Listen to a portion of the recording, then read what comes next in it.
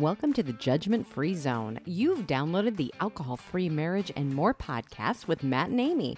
Recorded live from the cornfields of Central Illinois, welcome to episode number 74 for January 15th, 2024.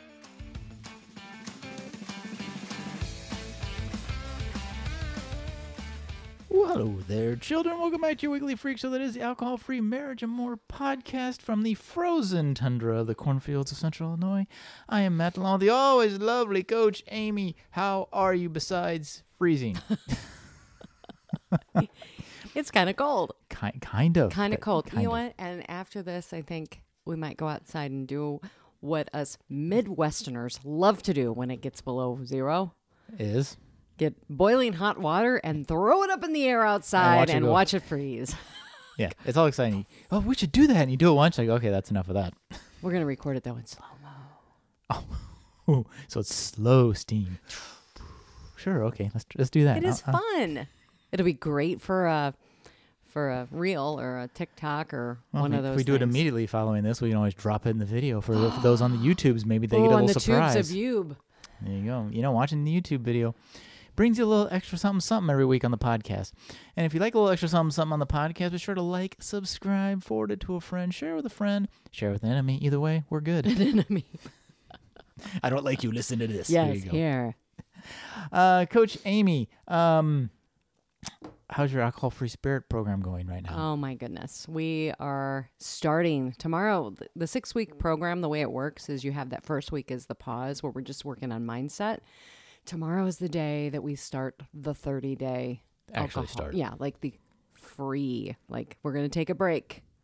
And it can be scary and overwhelming. And I just try to just let everybody know it's about learning. And yeah, it isn't easy, but choose your hard.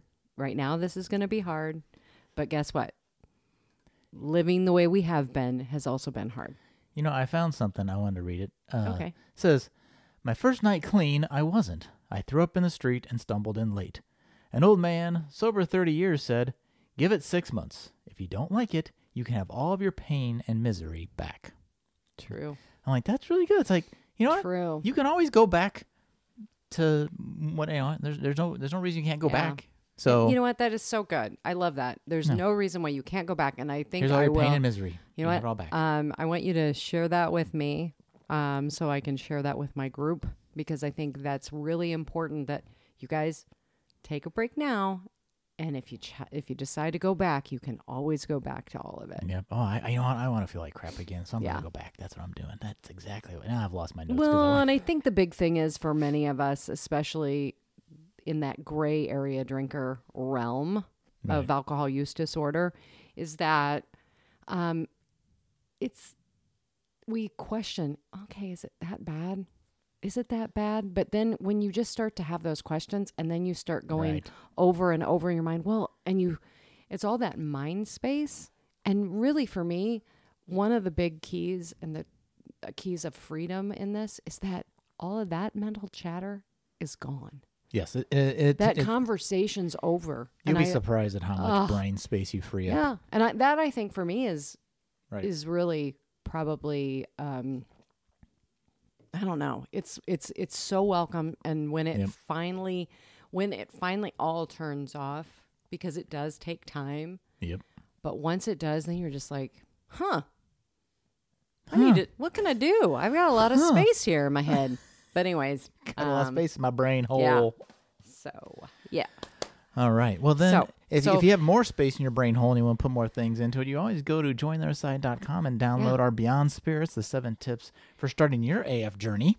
Yeah. You know, nobody says you have to start on January 1st. No one says you have to start. And guess what? Or the first of any month, for that matter. If you just want to download it, read up on it, be sober curious, I think that's also a huge key. It's just use January as just a month to learn more about what you're consuming, what you're putting in your body. You know what? Every year that people decide to quit, it just gets the environment to quit is so much more accepting and evolved, because we've only quit 3 and 4 years ago, and even that far back, the options that you have today for NA drinks and beers and spirits and all that.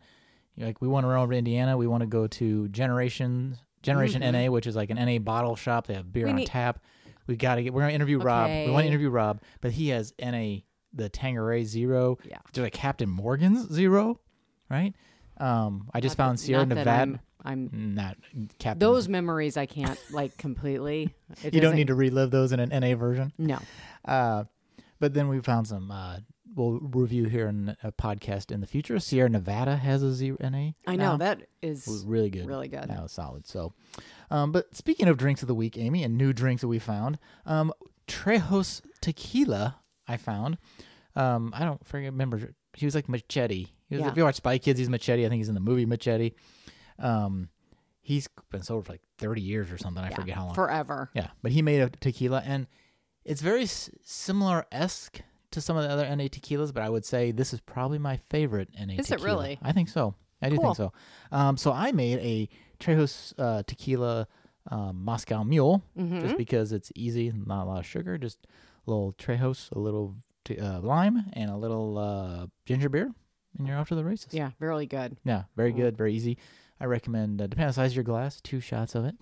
And then I just realized when I was looking up the screenshot for the podcast, they have a gin, too, which I don't know. I've heard the Tanqueray Zero is very good. So, yeah, I don't know. I have to drive to Indiana, and they have to get it shipped in from Canada. So it's a long haul to get that. Yeah, you might want to call ahead before Yes, I told Rob I will call before I head over there because it's a 2-hour drive. I don't want to get there. Well, what I think would be fun is maybe we should do an overnight. No, we could do that. We do a vlog, make a whole video vlog. And then maybe get an Airbnb if they have anything over there. Or I don't know much about I'd like to take my dog. Oh, good idea. Okay, well let's move along. We have a great interview. Here we are. Up. Now we're sitting here. I planning your vacation. All right, well let's do a weekend. Amy, what did you have for your drink? My drink, Amethyst has a grapefruit basil, Amethyst spirits. Yes.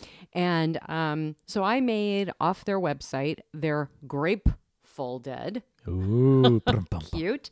And you take the amethyst grapefruit basil, and then you do some ginger beer and some lemon juice, and they suggested either a lemon wedge or and some mint for garnish, or grapefruit would be also a good garnish. That makes sense, yes. Really good. It was better than my randomness I did for you the one time with it, because you have to when you're using that one, especially I think because of the basil, you have to play with it correctly. Otherwise, the basil shifts a little weird.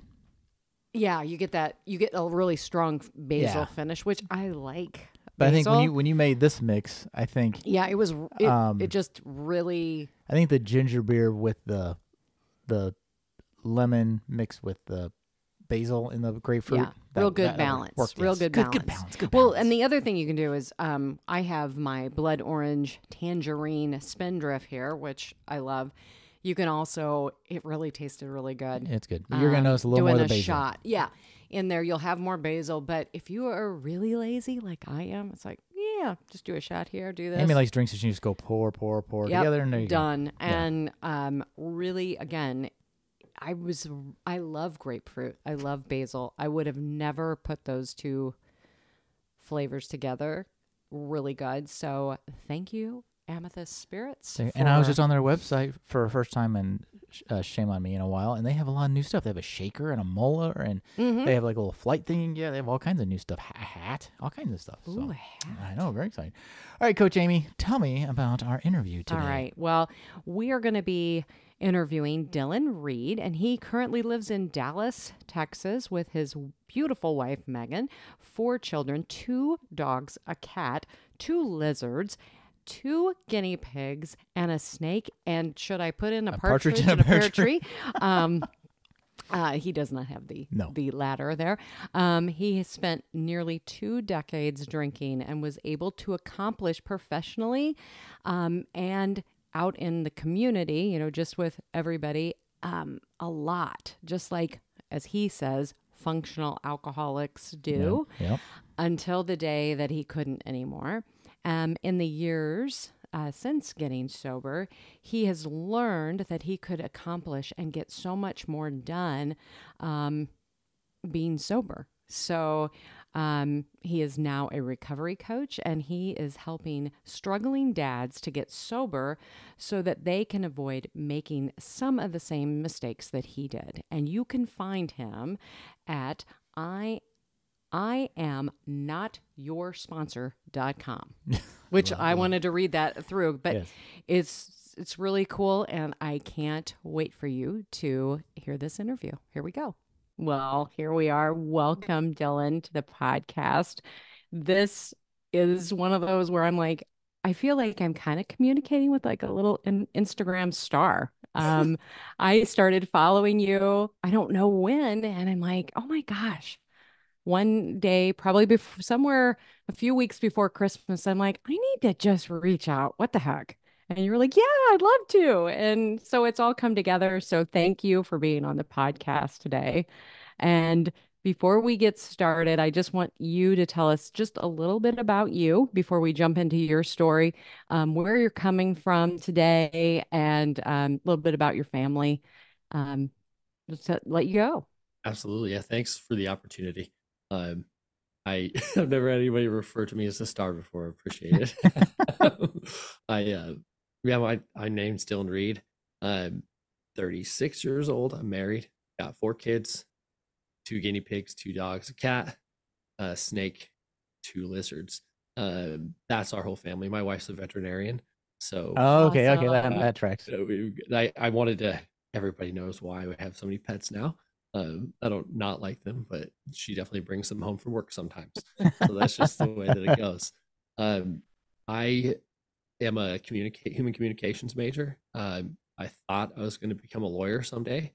I decided that with the incidence of drinking in that field at that time, it was not a good pursuit. So I went into marketing. Was director of a generator company, director of marketing for them for a couple of years, and then I fell out of that because I was losing sleep over the understanding that I could be doing this instead of that. So I left that whole space, took the knowledge I had about marketing with me, and have been helping people get sober ever since then. So that's where I'm at. That's amazing. Where my life is right now. And I want to point out for those watching on YouTube, he podcasts from a bar, which is ironic, which I think is awesome. Yeah, tell us a little bit about that too. About your bar. Yeah, just how that came about. And we moved. I live here in Texas, originally from Wyoming. We moved here, and we just landed in a house out of necessity.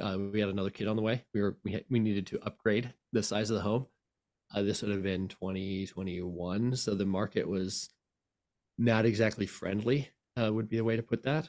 And the house that fit our needs and our budget happened to have a bar in the upstairs. I guess this would be kind of like a den or family room. And when I got into full-time content creation, this room became my studio. It was just like, well, you have this big, large desk-looking object to sit behind to do what I need to be doing. And so, yeah, I now have a bar. If you would have asked me if I was going to have a bar to do any content creation about sobriety 10 years ago, I'd have laughed in your face. I would have thought it'd be stocked with all these nice scotches and stuff, but no, it's just a lot of camera equipment under here. Nothing to do with alcohol whatsoever. I think it's a great kind of meta thing. Yeah, it's very cool. The irony around it too. Well, why don't we get into your story? Why don't you just tell us, wherever you would like to start, about your relationship with alcohol and basically how you got to where you're at right now. Sure. Yeah. This is always the weirdest question I get because it took so many different winding turns. There was times in my drinking where it wasn't problematic. Like it was, for all intents and purposes, normal. People would have looked at me and never guessed anything was going on. And there were even times mentally where I wasn't struggling, like things were good, even though I was drinking. And then there were times where I outwardly would look fine, but internally I'm just like dying, crying for help without doing it in a way that anyone can hear it or see it. The days where you wake up for days on end wishing you could quit and then drinking when you get home. Maybe not to blackout every night, but you wish that you were drinking less. I started drinking when I was like 15, I guess. But it wasn't, you'll hear people talk about like, oh, I had that first sip and that was it. That was not my experience. The very, very first time I drank, I was like 12. I think I drank mixers though, because I didn't know what I was drinking. I mean, it was just a liquor cabinet. I'm looking back, I'm pretty sure I didn't drink alcohol, but the first time I drank it was definitely gin, because it tastes like pine needles. It was disgusting. I didn't enjoy it. And then when I was 17, on my birthday, this pretty girl who later ended up being my girlfriend convinced me to drink because she thought it was kind of weird I wasn't drinking at my own birthday party. And then I just became a binge drinker for probably a better part of 15 years or so, mostly just the weekends. There would be bouts. I was a bartender and a server for a lot of that time. So there might have been some weeks where there was more drinking than normal because that culturally is Oh, kind of 100%, what yeah. that's like, right? But for the most part, I mean, things were like okay. And then my first son was born, and that's really when that and at the same time my dad had like a brain tumor, so that it was just a lot of stuff. There's a lot of stuff going on in my life, and I learned that alcohol could solve problems. Subconsciously learned that was when it finally clicked, and that was kind of the end of normal drinking, I guess. At that point, it escalated. I ended up going to college as a non-traditional student in my late 20s, and it got worse because it was like dealing with full-time student, being a new dad, work full-time, just trying to keep everything together. And in my head, my only like pressure release valve was to drink at the end of the day, So it was like days I didn't have homework, I'd drink after the kids went to bed. Days that I had homework, I'd drink after the homework was done. And then where it really took a turn for the worst, my wife took a job down here in Dallas, Texas, and moved away. I'm originally from Wyoming, and her and the kids, she was breastfeeding at the time, so it made like this was not a move out of to get away from the drunk. This was this makes the most sense for the family move, and the goal was I would finish school, we'd sell the house, and then I'd come join them. But that's not the turn that life took, because we talk about moderation. Most of us attempt moderation before we can get sober, and I spent probably 3 years moderating, using my children as the means to moderate, because I wouldn't drink if they were around. And then when my wife and my kids moved away, then I had to come up with these new arbitrary rules of when I would and wouldn't drink. And without a human that I truly cared about, apparently I didn't care enough about me at the time, the arbitrary rules became more and more arbitrary, where it was like never before I talked to them, because I'd Zoom with them and that kind of stuff. And then it was never till happy hour. And then I saw an episode of Law and Order where these guys were drinking at noon on the TV show. So I was like, well, I could drink at noon. And then in the end, it was 8 a.m. Like that's no victory by any stretch of the definition, but that was the line I had. And I remember plenty of mornings, waking up, having a bottle, looking at the clock, and just waiting until it said 8 o'clock. And then, I say victory only because I never crossed that boundary. But what is that really when the line in the sand originally was happy hour, and that, so yeah, that's where my drinking took me. Eventually, do you want me to talk about how I started getting sober yet? Or yeah, that sounds good. Totally. So I had a lot of relapses. I became a chronic relapser. I did not have, during the time, I didn't have the context to understand that that's what I was doing. I was just trying to quit here and there, but I was trying to quit for probably the better part of a decade. And towards the end, so probably 2018, towards the end of 2018 was when I started making some like serious attempts at a week or a month. Tried like I did some like, interestingly, it's January, I did some dry January stuff in my 20s. because it was cool to do or whatever, or sober October or whatever it might be. Um, Partially because I have a lot of alcoholism in my family, so I did it to like prove to me that I was okay. Right. But then, when it came to time to like actually really try to quit, a month was exhausting and super super difficult for me to manage. Um, so I would do a month, get miserable, think I'm in control or whatever I told myself to drink again, and then 2019 would have been when my drinking got the absolute worst. I was just a full-time student, not full-time employee anywhere. All I did was drink and go to school. That's it.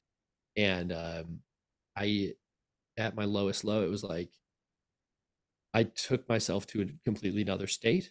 Went to Colorado, to a small town. Went and locked myself in a hotel room for a week because I knew I didn't have any connections to get alcohol, and I knew myself well enough that I wasn't gonna like walk a mile in the state I was in to go get alcohol. So I just went through withdrawals. I went through horrible withdrawal. Did not understand it contextually as it was happening.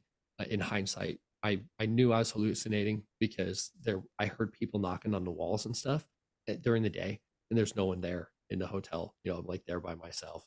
Um, so for about a week, I was just miserable. I mean, this is why I often advocate to people like, hey, if you're at that point, you can afford to drink, you can afford to go see a doctor, and that's what you should do, because it almost killed me.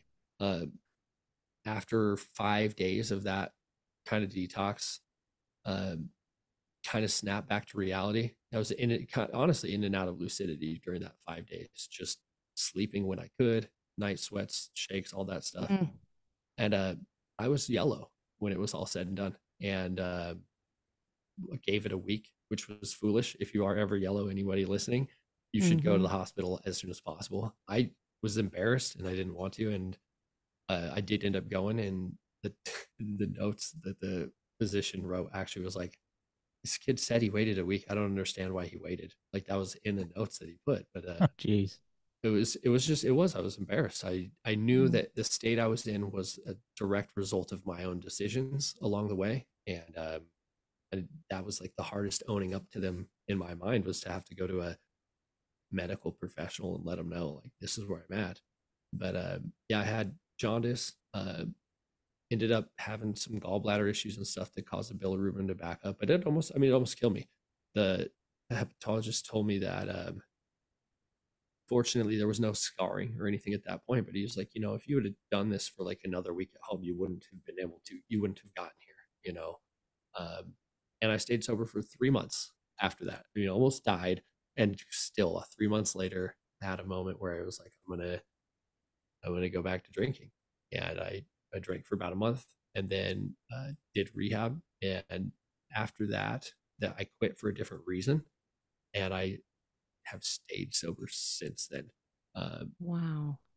Yeah, sorry, that's kind of a long, No, drawn out story, but congratulations. And thank you for sharing that, because everybody's story is different.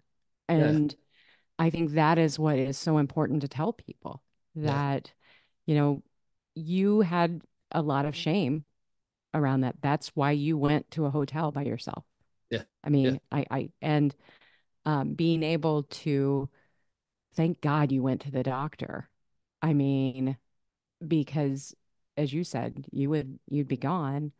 And I guess part of, I would say, is like, besides going to rehab, was there any other support that you received during any of this at all? Or were you just like all alone going, I'm gonna figure this out on my own? Well, that's a good question. Because I went to like some counseling and stuff, Okay. and I just wasn't very honest with myself or the providers at that point. I wasn't willing to really let anyone know how broken I was.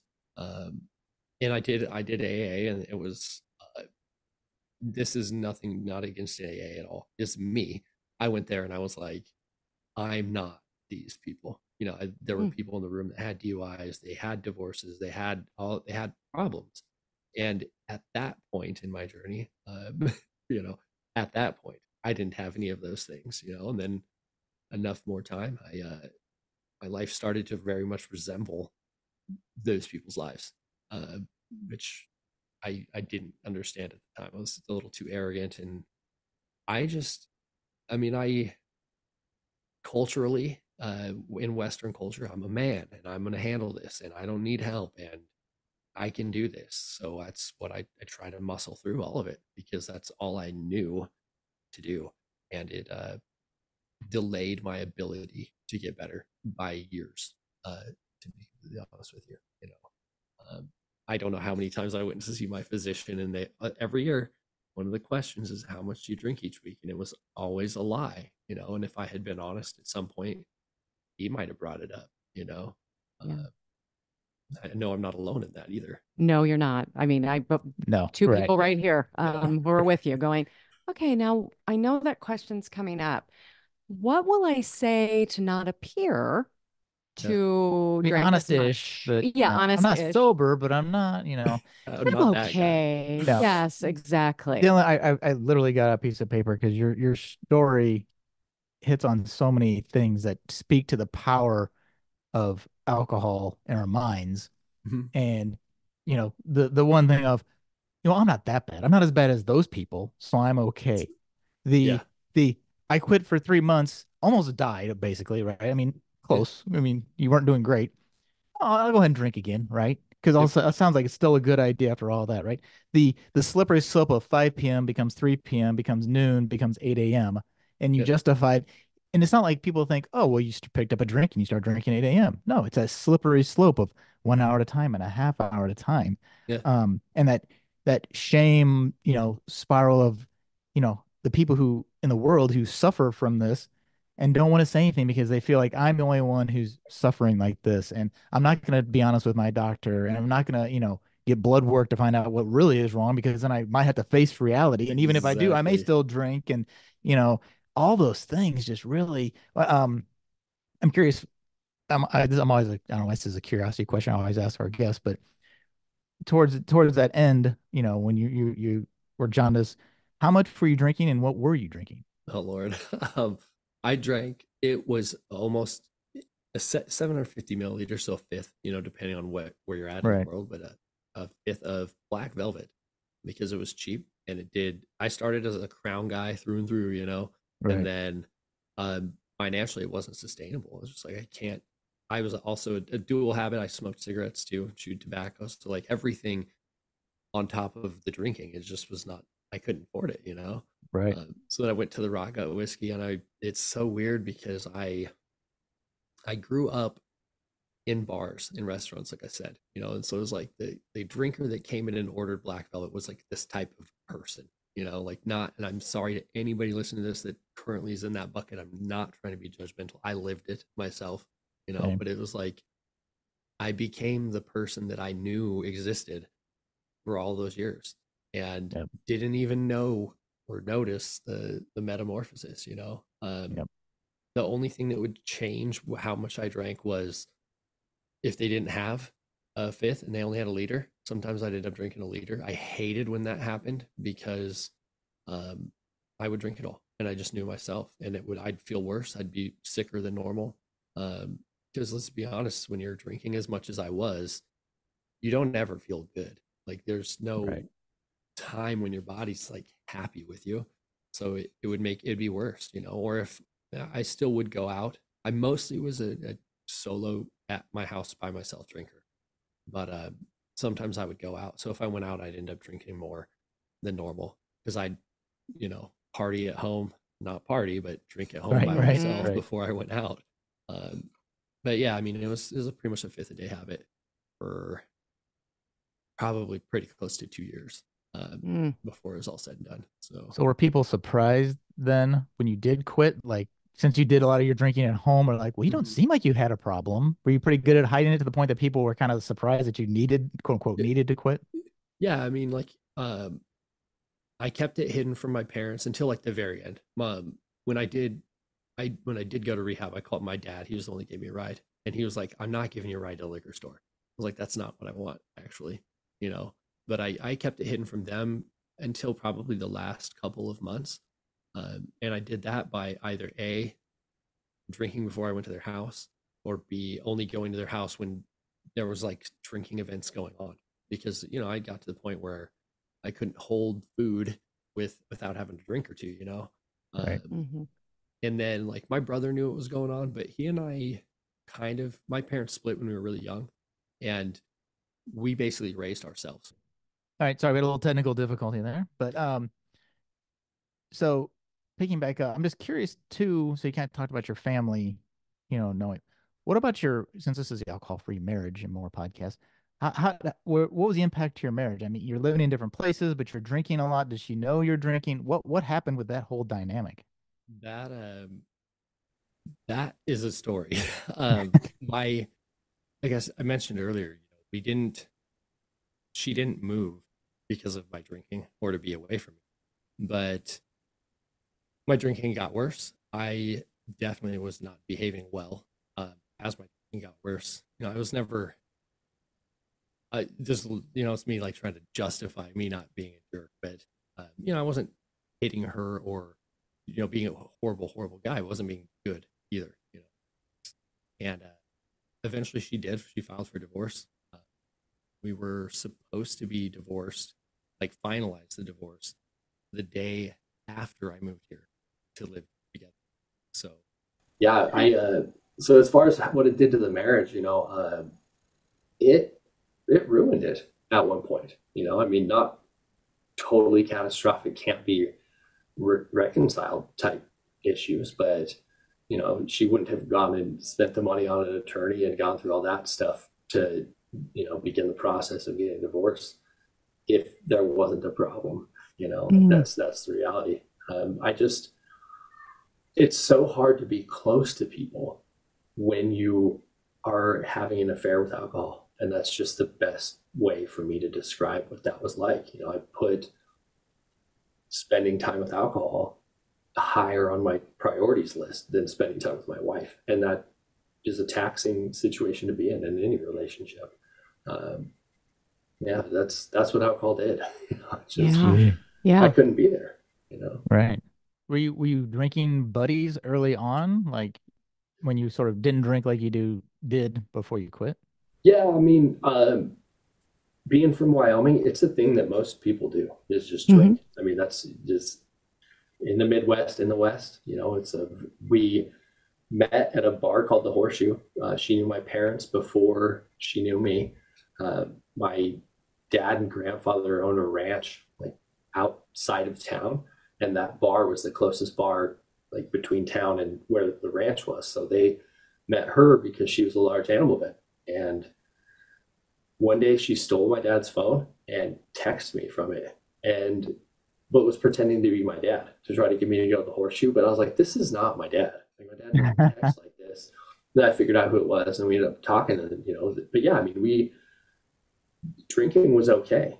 It was not like going into the relationship, it was off the table. Interestingly enough, though, when I first met her, I was on I try to quit for a week every couple months. I was on one of those like kicks. I was in the middle of the week, but I called it off because I wanted to go meet with her to have drinks. And socially, I didn't know what else to do to go spend Mm. time with somebody. And then I never ever did another week dry ever until like I started was really, really trying to get sober. But yeah, it was normal. Her drinking did get worse because of me along the way. She would try to drink in order to still like have something with me, I suppose. And then it just stopped. And now she almost never drinks. I mean, she does drink, but not like at home. She doesn't drink at home by herself. Uh, if we go out to dinner, she normally doesn't drink, but on occasion she will. Uh, Mm-hmm. but yeah, I mean, yeah, it's a strange thing because she's just normal. It doesn't do Yeah. the same thing to her that it does to me. Yeah. And I think also with that, and maybe even you probably even know this, if she would be drinking constantly like you were, it can turn into a problem, definitely. I mean, it 100%. I mean if but it's so funny when you have people who literally are like, yeah, it doesn't mean like what it means to you. No, I don't want it. I don't need it. I'm not going to use it. And we call those people unicorns in our world because we have my sister and my brother-in-law. We mention them a lot on the podcast is that they would drink with us because that's what we did. That was our hobby. And when they would go on vacation and come home to see us, that was like twice a year they would drink, which I'm like, Wow. oh my gosh, we are the people your parents warned you about. I really it's so crazy. Um, but I'm so happy for them as well because it's like, oh my gosh, yes, you don't think about it. You're not obsessed about it. And that's that's how I differentiate with my clients. I'm like, is it fixation with the drink versus liberation? I mean, if you don't think about it, you don't care about it, that's liberation. And that's what we're in now. That's what you're experiencing. Yeah. But the fixation was awful. The worst. Yeah. The absolute worst. I mean, I don't know how you really put it into words. It's like to say, well, it's all I thought about from when I woke up until I went to bed, just doesn't even do it justice. I mean, that's like, that is what it's like, but that's not what it's like to be in it, Yeah, I mean, it's weird because like my wife and I, we celebrated, it would have been our 9th wedding anniversary in July. And we went to this like theatrical murder mystery dinner thing. And they had a bar there. And I was buying her drinks throughout the evening, buying them, carrying them, taking them to her. It didn't even bother me. It wasn't even a thing. And I never thought that would be a moment that I could have in my life where I wasn't double fisting, like drinking one while I'm waiting for her drink to be made to go back, and just that lifestyle, to being like, oh, here's your thing, But then to watch her at the same time, it's like she has two drinks and she's done, and observe it through not bleary eyes is just such a strange experience at this point. Right. But yeah, I mean, there was no normal once it became abnormal. There was no amount of moderation could make me stop obsessing over the next drink once I started, that was it.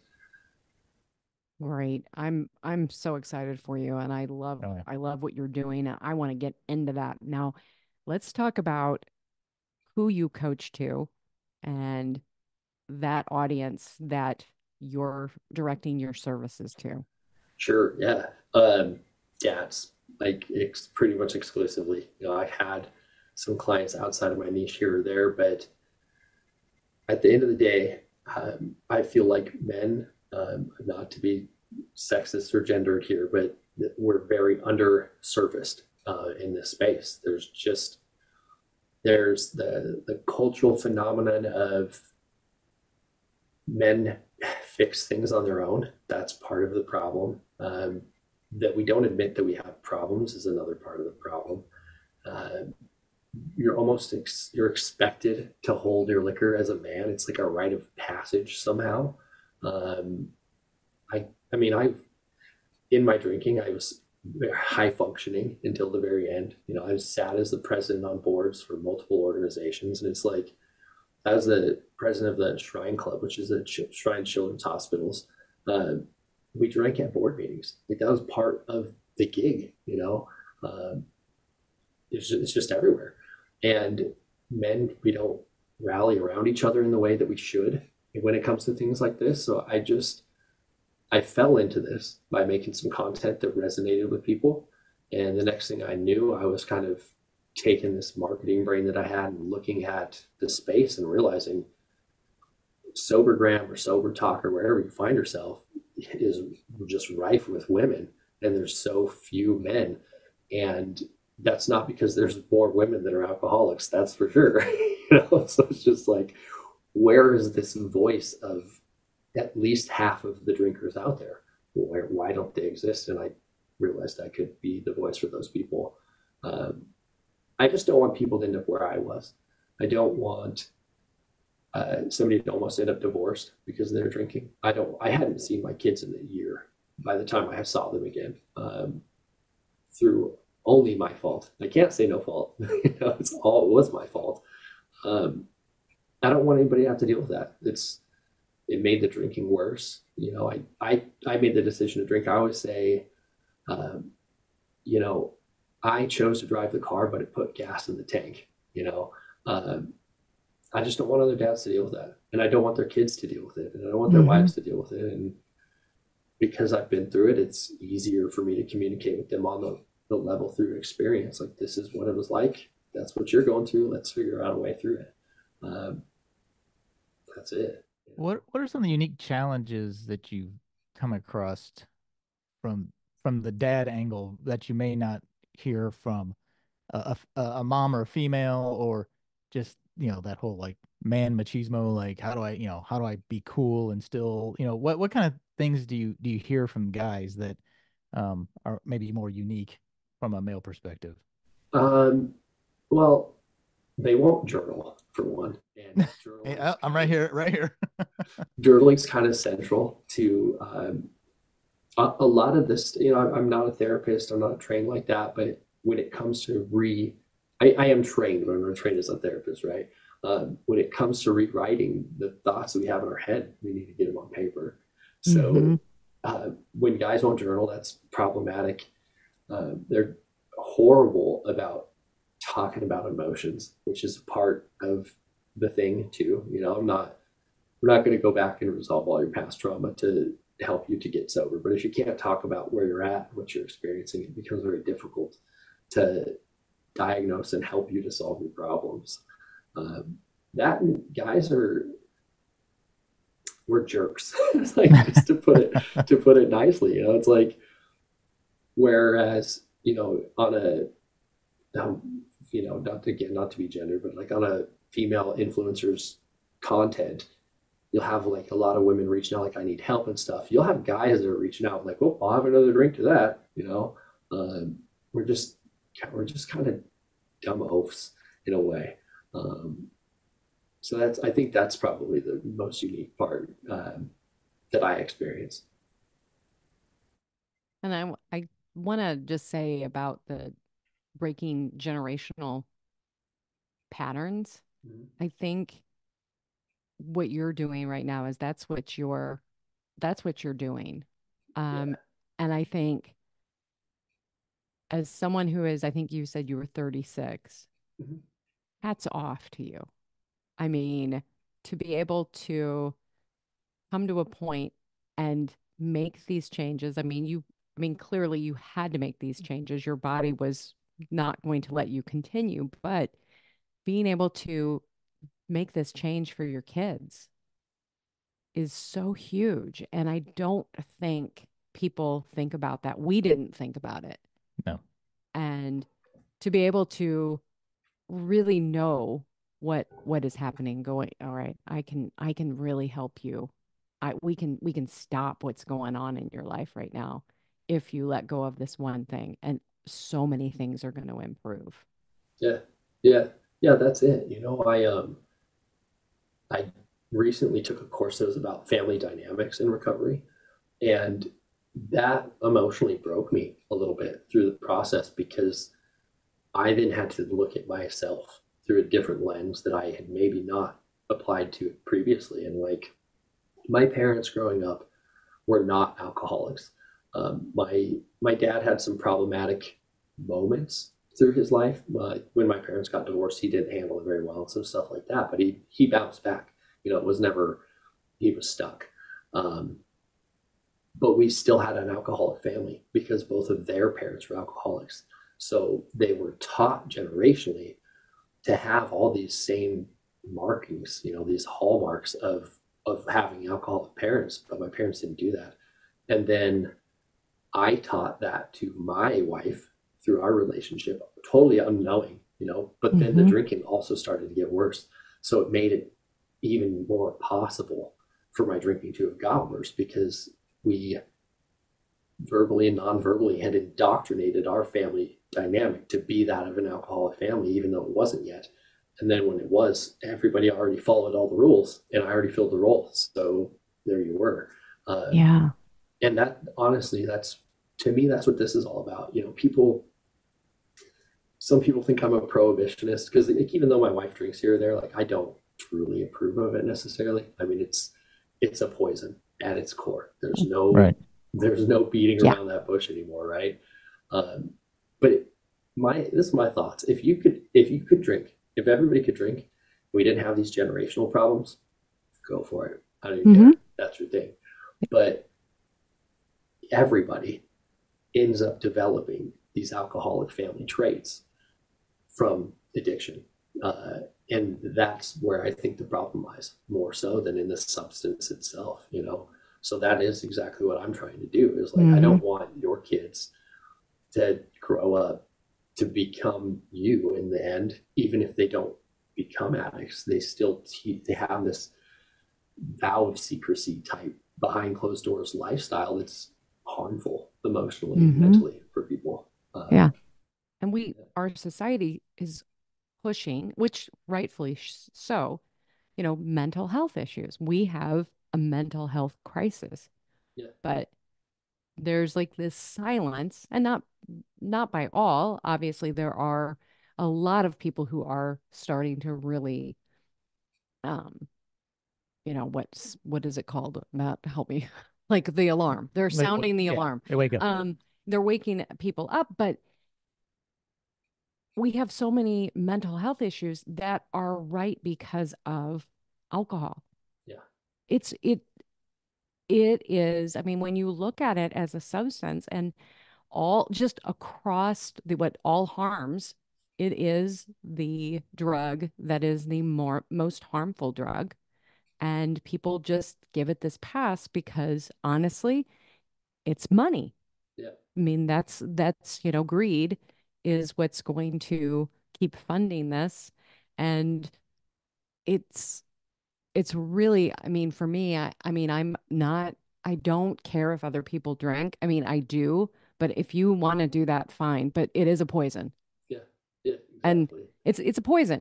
You cannot color it or make it what it's not. It really truly is. It causes cancer. It is a carcinogen. And I love pointing out to people, my new thing to tell people is, especially for women, is that bottle of wine, that's like smoking 10 cigarettes.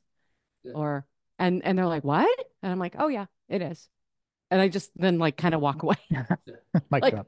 what did she just say? I'm like, but it is so true. And for me and Matt a lot is we have had such tremendous health benefits since we quit. It's like, why would I ever put that in my body now? And people are like my at Christmas, just like you were saying, you'll go up at the bar and get somebody a glass of wine. My aunt asked me to fill her wine glass, and I did, and I have no problem. But the whole time in the back of my head, it's like, here's your glass of poison. There you go. totally. And I mean, and I'm not going to preach to you. If you ever want some help, I'm here. But it is just maddening. And for me with our kids, because we have a 23-year-old and a almost 20-year-old, and it's like, it's poison. Just know, I know Yeah, you're going to drink it. It's poison. It's horrible for your mental health. yeah, Oh, you have anxiety, don't you? Yes, it's That's going to not be, helping. it's not helping. yeah. No, not at all. Not at all. Ugh, it's so crazy. It is. It is just so strange because it is. You know, you bring up the mental health thing, and it causes the mental health, and the mental health causes it. It's this huge chicken and the egg thing where it doesn't matter who started it. It's like this never-ending battle where if somebody's drinking, they'll be like, "Well, it's because I'm depressed." Like, not even you're depressed because you're drinking. I'm like, no, no, Right. no, you know. And it's this, yeah, what is it, that Hatfield and McCoy's kind of thing where it doesn't even matter in the end who started it, but they just keep the war on raging. And it's like if you just both stop fighting, everything would get better. If you just relax for a little while, you know, give it 30, 60, 90 days, you'll be looking back going, why was I even doing that? But you have to cross that Rubicon to truly realize the benefits, to be able to break free of alcohol's spell. Yep. And that's the hard part, you know, like getting it Yeah. far enough away from it. Uh, I know we could keep going. Oh, yes. Matt, do you want to ask your My question? final question of the week. Okay, so when you're out and you're not drinking, as we don't, what is your, or at home, I guess, for that matter, what's your favorite go-to NA drink? Dude, water. I know I almost exclusively water. Really? I don't even drink coffee. It is water and a protein shake after my workout and before bed. That's it. I know I'm a bit of an aberration in that aspect, but I gave up.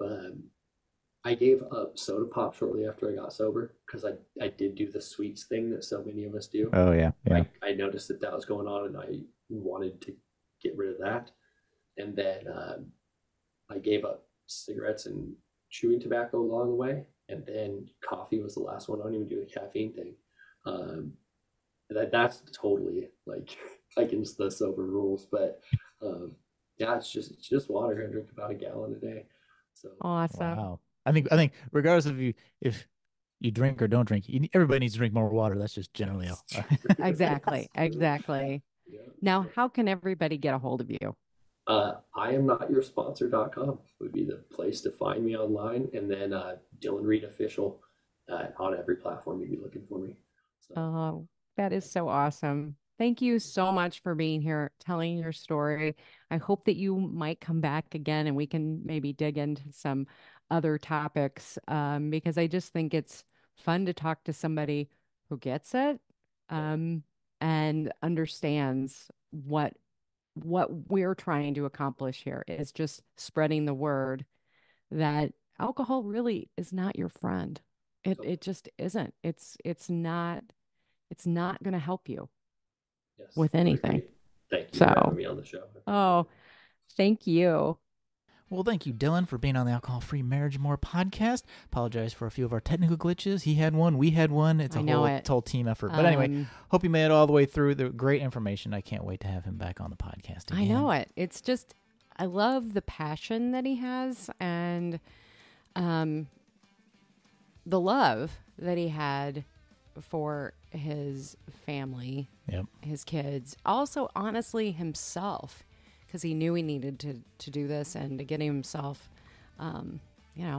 free from a substance that ultimately can take us out. He pulled up right before he hit the ground, I think. Mm-hmm. So good on you, Dillon, as well. So yeah, Dillon, thank you so much. And we can't wait. Yeah, gotta have him on again. There you go. All right, kids. Well, that's it for us for this week for the Alcohol-Free Marriage More podcast. Can't wait to see you again next week. Wishing you peace and love from the cornfields. I am Matt, along with Coach Amy, and we are out.